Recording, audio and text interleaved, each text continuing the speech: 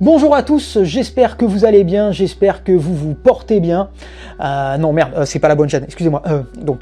Salut les zouzes, comment ça va? Moi ça va très bien, hein. J'ai été contacté par le poteau Mister No qui m'a demandé de parler d'une couverture que j'aime et qui m'a marqué. Eh bien de mon côté j'ai choisi de vous parler d'une cover assez particulière qui illustrait un récit top BD et qui m'a fait découvrir un artiste hors norme. J'ai nommé Barry Windsor Smith. Mais remontons en 1992. À l'époque, j'ai 13 ans et je lis déjà des comics depuis une paille. J'ai mon petit rituel. Je vais souvent au bureau de tabac acheter mes kiosques et je suis tombé régulièrement sur l'Arme X dans ses rayonnages et avec son incroyable cover de Barry Windsor Smith. Donc. Et sans même le feuilleter, la cover, elle a alimenté tous mes fantasmes. J'étais comme ça du genre, mais qu'est-ce que c'est Serval?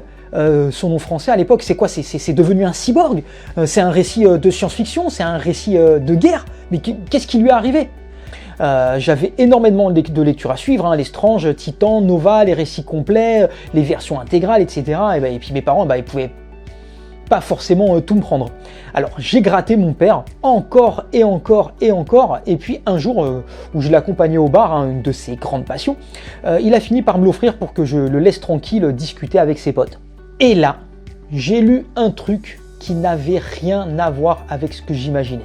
C'était encore mieux. J'y ai découvert une histoire terrifiante et profondément touchante sur Wolverine. L'origine de son squelette d'adamantium, les tortures et ces scientifiques sadiques, l'aspect bestial et primaire, la violence graphique, bref, enfin voilà.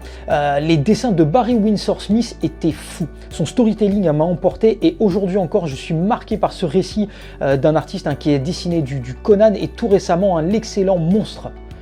Bref, un artiste hors du commun. Et si vous ne l'avez pas encore lu, sincèrement, je vous le conseille. C'est une des meilleures histoires sur le mutant griffu. Et à mon niveau, le souvenir de cette cover, ça m'a jamais quitté. Et voilà pour ma cover culte. J'espère que ça vous a plu. Merci à Mister No de m'avoir donné cette opportunité.